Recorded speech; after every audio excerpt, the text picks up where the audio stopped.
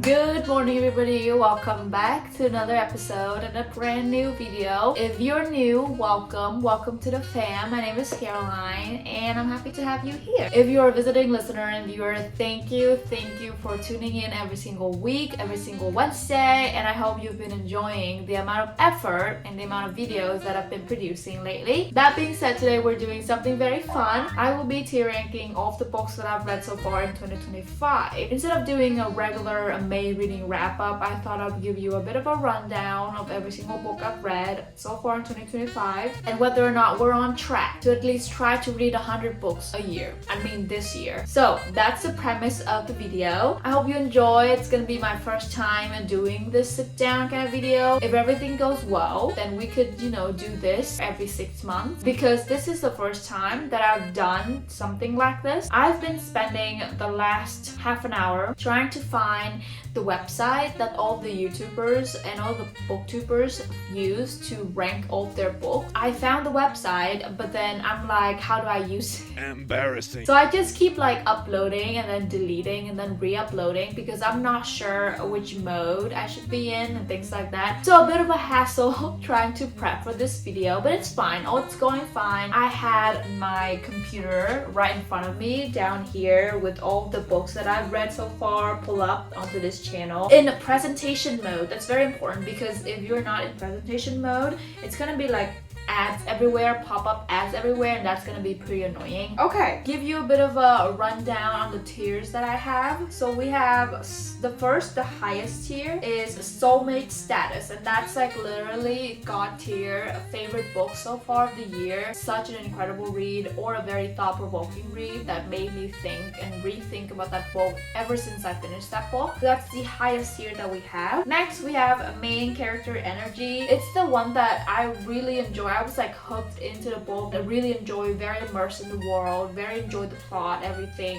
vibes. But it was not necessarily a 5-star in my opinion because 5-star is a feeling. So even though it's very good, it's like top tier almost, but it's not top tier, not God tier, not favorite, not 5-star, 6-star. Infinity stars, you know what I mean? We have solid 4 stars and a vibes. That's where it was good. It was better than a 3-star, even a 3.75, but not better than a 4.25. So it was like good, but not there.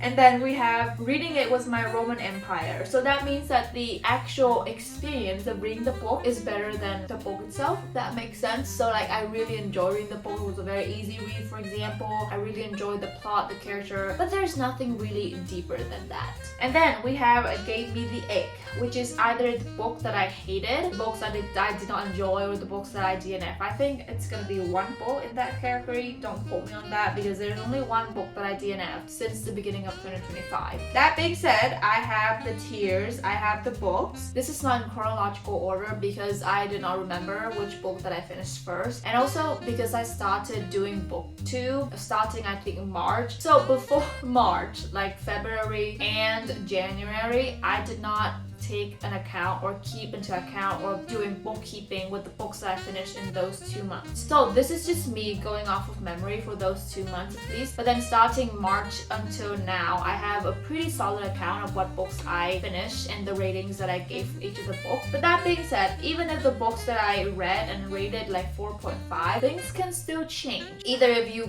get a very high feeling and a very positive feeling towards the book that I ranked very low, or vice versa. This is just my personal opinion. Every person's experience is gonna be different in terms of reading, and so that's just a disclaimer, so please be kind. That being said, let's start off. Oh, we're starting off strong, aren't we? Okay, the Book of Azrael, I think it's gonna go up here. Okay, main character energy, that feels right. So I really enjoyed the Book of Azrael. It's the first book in the trilogy. I think it's the Gods and Monsters series, and I love that series. I think 3 books is just like, that entire series is a 5-star series for me. But the first book, obviously it's not the best book of the series. I think the 3rd book is the best book out of them all, but then the first book definitely had the biggest cliffhanger. The reason why it's not a 5-star in my opinion was because I think the beginning of the book was a bit hard to read because it was like, I think, jumping back and forth between the different POVs, and so I was like, who's talking? I rated this book when I was talking about it on my channel. I rated this book, I think, a 5-star or very close, like 4.75. But now it's more of a main character energy. It's still good. I mean, that tier right there, I think it's either a 4.25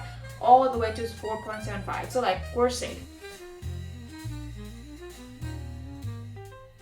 It's a very thought-provoking story. It made me think a lot. It's a very mind-bending read. The experience was very unique because it played a lot with the printing of the text and the way that the entire thing was printed and written. Sometimes the text is like horizontal, sometimes it's diagonal, sometimes like one word per page. It keeps you on your toes, definitely. So it's a very, very good experience. But the book, I think it's very much similar to a classic in that it reads very hard and it's not very easy to read and comprehend. The first couple of 100 pages or so, it was painful. Point blank period. It was so painful because I didn't know what I was reading. The punctuation was very weird. The sentences were very convoluted and jumbled, and it's just like a weird structure, or not a weird structure, but it's a very difficult structures to read. The sentences are sometimes very long, like the entire page long or half a page long. It was a bit, no words. It was a very hard book to read, but I enjoyed that. It was like very interesting, and afterwards of reading that book and finishing that book, I felt like I was on top of the world and I accomplished something, you know what I mean? So if you're into something that's more of a horror, thriller, mystery, about something that's like defies all rules and laws of science in the natural world, I recommend checking House of Thieves. Basically, to give you a 1-sentence summary of that book, it is a book about a film, about a house that does not exist, and that doesn't make sense because the interior of the house is bigger than the exterior of the house. And the characters of the stories and of the film dive deeper into figuring out what's going on with the house. And they never could figure it out, and in the meantime, they ended up involving themselves in something very big, very dark, and very mysterious. A Wizard of Earthsea, the graphic novel version.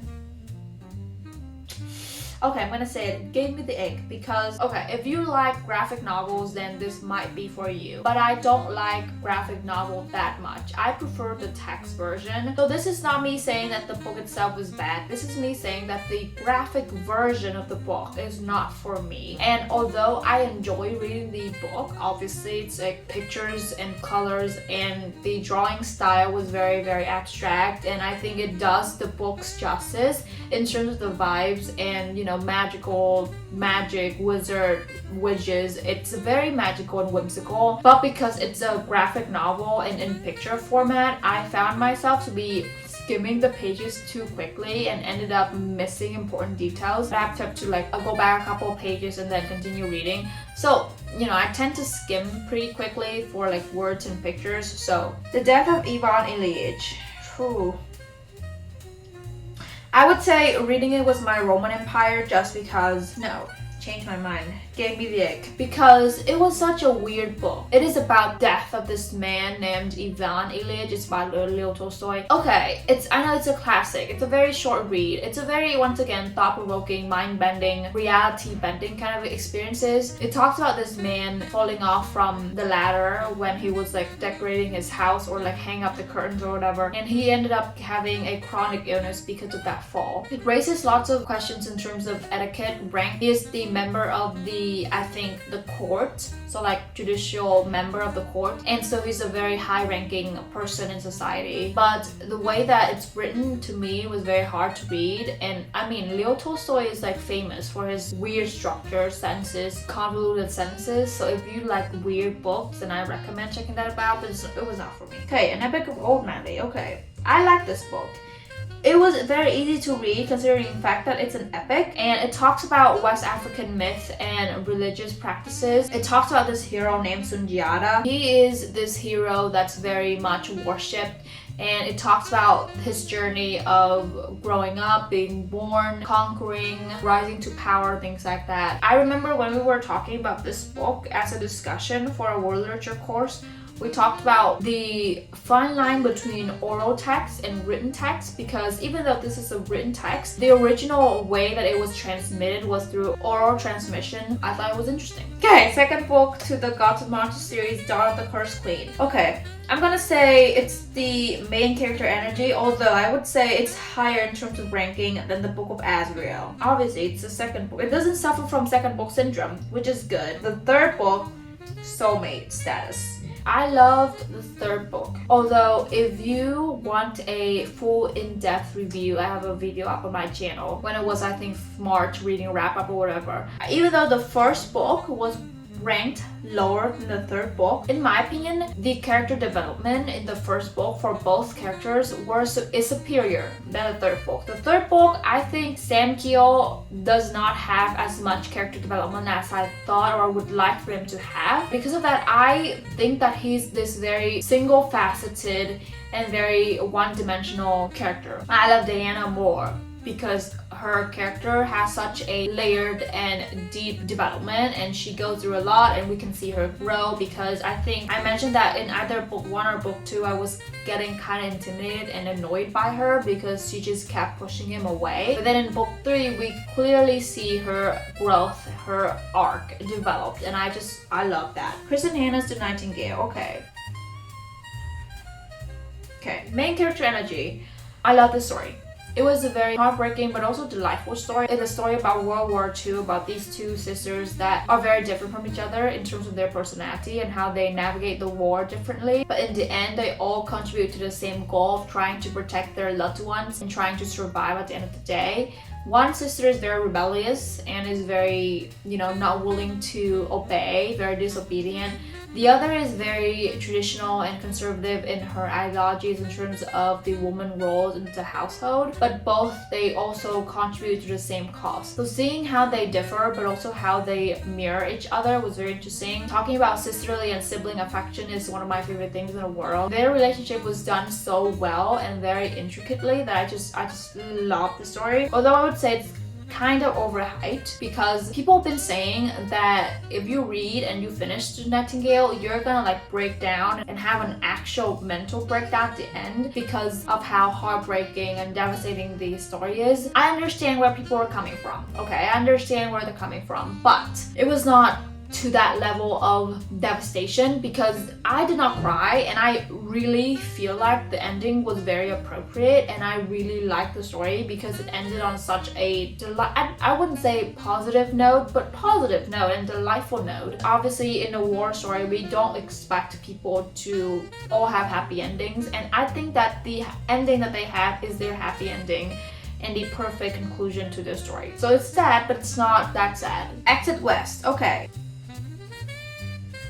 Renea Was My Roman Empire. I like the story. It's a story about migration, following these two characters migrate from their home country in the Middle East to America, escaping the war that's happening in their country. So another sort of war story, but I would say focusing more on the migration aspect of it all. And we see how their romantic relationship kind of kindles, fall apart, matures, and then completely shatters, but in a very amicable way. And I think this book redefines love and the definition of love. You don't have to love somebody as a romantic partner. You can also love them as a member of the family. And I think that is the conclusion that these two characters arrived at. And I once again love the way that it's written. And when I was taking the course, I ended up writing an essay on this book about how people navigated the war differently depending on their upbringing. So Nadia, the character, one of the characters in the story, she has a pretty religious upbringing, so I would expect for her to be a pretty religious and conservative person when she grows up, but it turns out she's the complete opposite.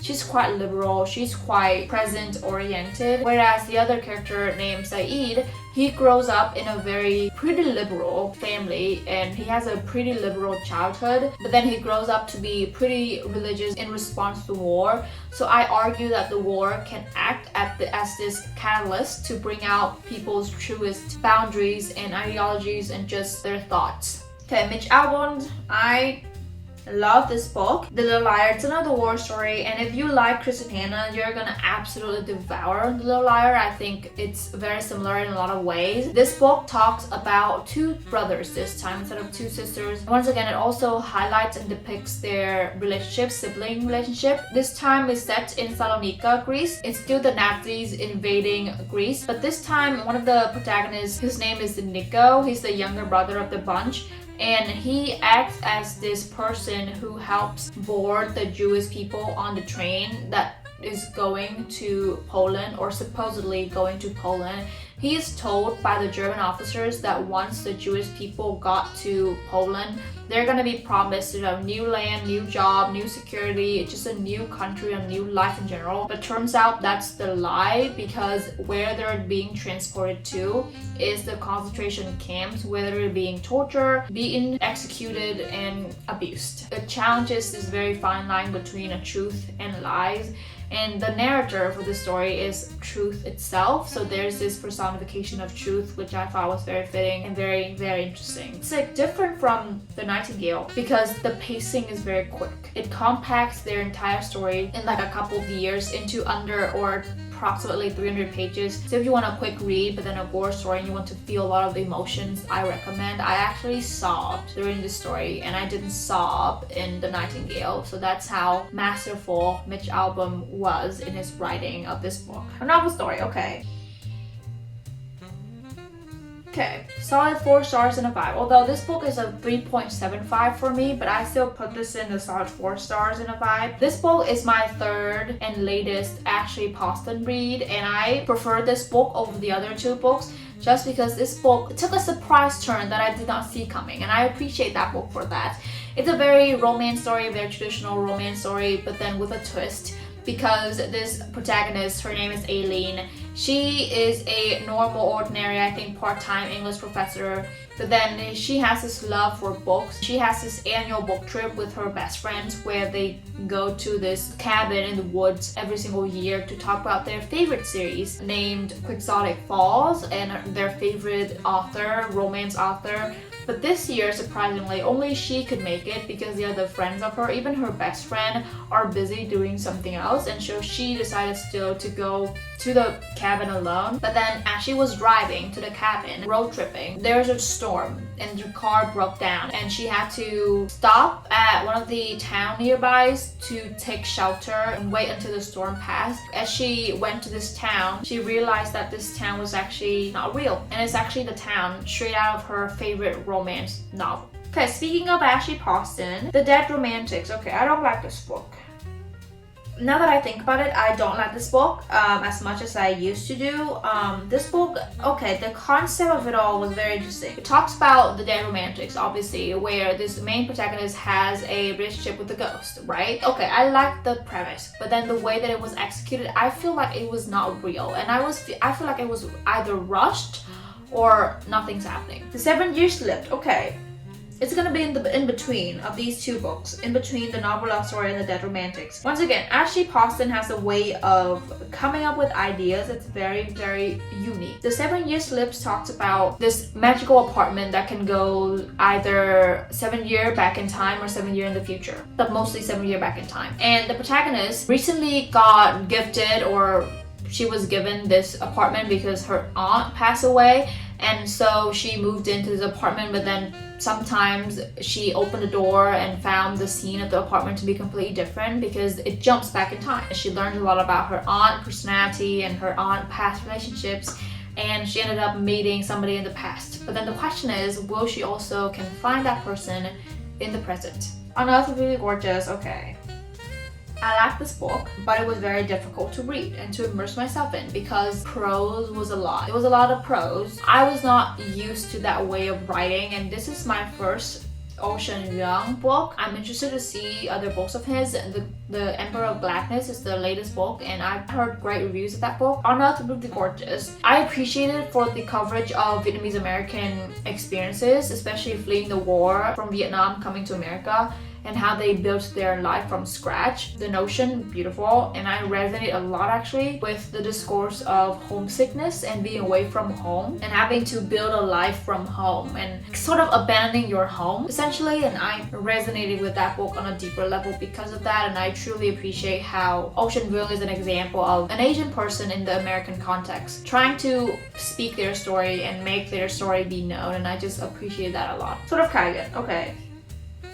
Instant 6-star read. It was so good. I'm curious, now that I've been speaking so many times about this book, I'm curious if I were to reread this book like in a couple of weeks, would the experience be the same? That's gonna be a very interesting question to answer, but I love this book.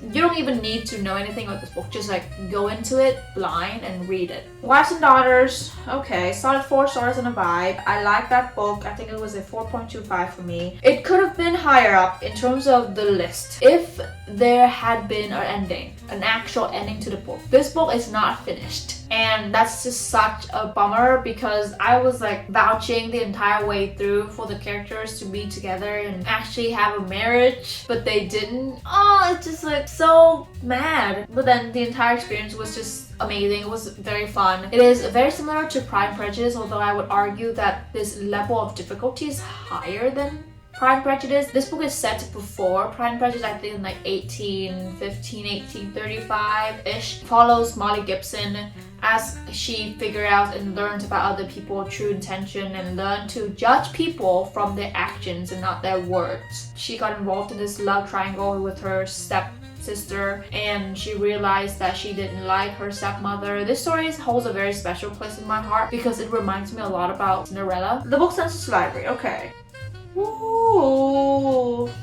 Okay, I think its main character energy, that book was very impactful and very memorable. It talks about the banning of books and the action of banning books and the censorship of books. It's set in this dystopian but also utopian society, mostly dystopian, where book banning is the norm, and we follow this main protagonist who is an actual book censor or a book banner. We follow him through his journey of sneaking out banned books to read and actually falling in love with reading and literature, and then ended up not being able to ban books essentially because he just cannot bring himself to do it. There's influence of Alice in Wonderland, folklore, fairy tales. The book is very thought-provoking. I love that, and especially it's a very important read in this day and age when books are being banned at a rapid rate. Tripping on Utopia.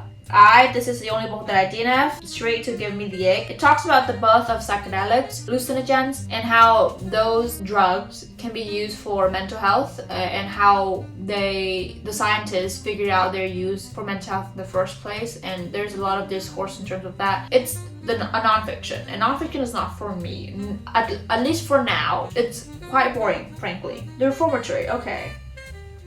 Love that book. It's already due for a reread. It talks about experiences of Black people in Jim Crow America in the South and how devastatingly and extreme the conditions can be. We follow children as protagonists, so it's a very interesting perspective in terms of that. And I just, oh my god, I have such a soft spot for Robert Stephen Jr., the main protagonist in here, and his sister Gloria Stephens. They're just amazing. The Poppy War. Okay, don't be mad at me, but I think now that I think about it, I'm gonna decrease the rating for The Poppy War. Or I think it originally was a 4.5, but now I think it's more of a 4.25, 4 stars. It's a war story set in an academic setting, so dark academia. And I want to read the second book so bad, but I'm just intimidated. It was hard. There's lots of twists and turns that I did not see coming, but then I don't remember anything from it. I forgot most of it. I mean, it's been like 2 months tonight since I last read this book, but still, so it did not stick with me. But that being said, I will be continuing the Poppy War trilogy. Okay, Mulan, 5 versions of the Chinese legend.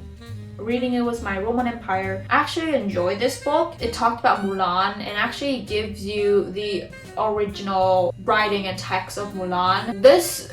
Reading this book made me realize that the story that's being adapted to like animation, and the live action version, it's not actually, or I shouldn't say that. Those adaptations, they have a different emphasis on the story. or different aspects of the story, because when I was reading this book, Mulan 5 version of the classic Chinese legend, I realized that there were two versions of Mulan with two different emphasis. One version emphasized on Mulan and her duty and just like praising her. The other just emphasizes on her accomplishment, but also like looking down on the men and the sons because they could not be like Mulan. There's also this, I think, other version that emphasizes a lot on the romantic relationship and aspect of the story of Mulan. So, I mean, nobody knows, even the scholars, which translation or which version is actually the real one. Obviously, when we're talking about old text like this, every single of the adaptation, I think you should take it with a grain of salt because they have to modify to appeal to the broader audience. So when I was watching the adaptations, I thought, okay, that's just like very surface level, romantic, things like that. But then actually reading the actual text makes me realize it's actually deeper than that, and it's about this transcendence of gender and sexuality and having to change your identity to fulfill a higher purpose. Sorry, I'm trying to be quick because I need to be at my research like now. But I'm like sitting here filming this video for you guys, so I'm trying to go fast. 11/22/63. Okay, let's put it up here. Main character energy. I think this book is at 4.25 for me. The premise was very interesting. It's about time traveling back to America in 1958, trying to stop the JFK assassination. But it turns out to be more than that. It's about a story of human connections. I ended up liking this story more than I thought I would, because if you follow me on TikTok and you've seen my reading updates and what my thoughts are for this book, you will know that I did not like the beginning of this book because I did not get half of the references of what Stephen King's saying. So I had no clue what he was saying. I mean, I got the basic gist of it, like who's doing what, what's happening, and what's the goal and where are we going. But then the actual details and description of the scenes, I had no idea how America in 1958 looked like for the slightest. I had no idea. His references are mostly like pop culture references and people references. It was just so hard for me, a person who did not live in America to begin with, but also was not born in 1958, to read that story. But I think if you are familiar with the political and social context of America in 1958, that book's gonna hit so hard for you. Pride and Prejudice, do I have to say more? No words. I mean, I've talked enough times about that book already. There's an actual reading vlog of me reading that book, so if you're interested, it's up on my channel. The Tempest by Shakespeare.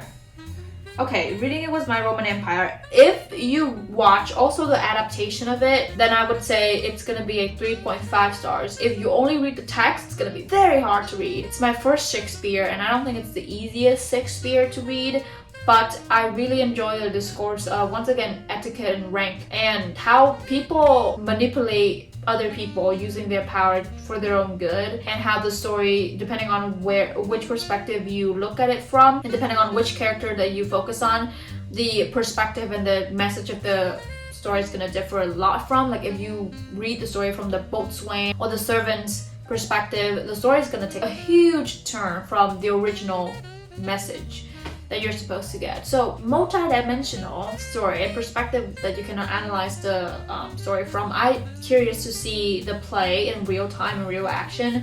I think that's going to be very interesting. If you would like to watch the adaptation of it, I would recommend I think it's the 2010 or 2011 adaptation of The Tempest. I'm gonna put it somewhere on the screen. It's very good. I think it stays pretty true and pretty close to the original text. Obviously, they omit some part of the text just so that the story is more coherent and not gonna be like 4 hours long. The Witches of New York. Okay. Solid 4 stars and a vibe. I thought this was gonna be a whimsical, magical, witchy type of vibe, but it turns out to be more of a reflection of society, and I think it's a very feminist book. It talks about this community of witches who run a tea and sympathy shop in New York in, I think, the spring of 1880. New York at that time was the hot spot for not only scientific advancement, but also advancement and changes in terms of mindset. We followed these characters, especially Beatrix June, in realizing she's a witch, and then she got abducted by this preacher. And so there's a very interesting discussion in terms of religion, because back then, I think in 1880, Christianity those Salem witch trials, people just went around accusing people of being witches. Mostly the people being accused are women, especially women of color. So this book is a very, very interesting response to that phenomenon. Beatrix was abducted by this preacher who claims that he's very righteous, but then he just goes around torturing people, torturing women who he think are witches. Also, doctors around that time, they did not believe women's and women's claims, and so they just misdiagnosed women and mistreating women. But I think this book is more of a commentary on the Salem witch trials and how religion can be used to specifically target a group of women. And last but not least, Death in Venice. Okay, I know. I think, in my opinion, people would find Death of Ivan Ilyich to be easier read than Death in Venice, because Death in Venice, in my opinion, covers weirder and morally gray topics than Death of Ivan Ilyich, but I actually enjoyed Death in Venice more. It talks about this person named Aschenbach. He is a writer. He's this very middle class, upper class person. He recently decides that he wants to spend a summer in Venice, or at least a couple of weeks in Venice. There, at the beach, he met with this boy named Tadzio. And mind you, Aschenbach was like middle age, and Tadzio was like a literal child, so a minor. And Aschenbach just developed this weird and uncomfortable obsession with Tadzio's beauty. He went on and on and on, pages upon pages, about Tadzio's beauty and comparing his beauty to Greek gods and Greek goddesses. And lots of references to homosexuality in Greek mythology. Oh my god, it's just such an uncomfortable read. But the discourse that results from that book was actually amazing. We talked about like the morality of arts, obviously the ethics of arts, and how uncomfortable and how wrong that is to be obsessing over a minor. But it's just a very, I think, a revolutionary book and very important book to read. Okay, so those are, I think, the 26 books that I've read so far in 2025. We have 5 books that are the highest rank. I have a pretty good selection of books in the solid 4-star, and the reading it was my Roman Empire. So overall, I have a pretty good and diverse selection of books which I like. Okay, I'm gonna stop the recording and make sure we save it. That's all for today's video. I hope you enjoy seeing me ranking and talking about all the books that I've read so far in 2025. I hope you are having a wonderful summer. I am running late to my research, so I will be heading out like ASAP. But I hope you enjoyed this video. I thank you for watching. Once again, thank you for supporting, thank you for listening, and thank you for being here and making it here. If you made it here, let me know down in the comment section what is your latest read. For me, it is The Little Liar by Mitch Albom, and my current read is another classic. This is one of my project books for the summer. I am like that much into the book. I think I can get to page 450 today, so like a little bit over halfway done with this book. And it's another kind of gossip, but more than that, I'm gonna be making a review later of this book on my TikTok channel, so make sure you're following me on TikTok. I'm gonna leave the handles right on the screen, but also down in the description. And yeah, thank you for watching, thank you for listening, and I will see you very soon with another video, either later this week or next week. I'm trying to put up at least 1 video per week, but normally pushing myself to upload 2 videos per week. So I hope that you're enjoying all the uploads I have recently, and take care, happy reading, and I'll see you soon.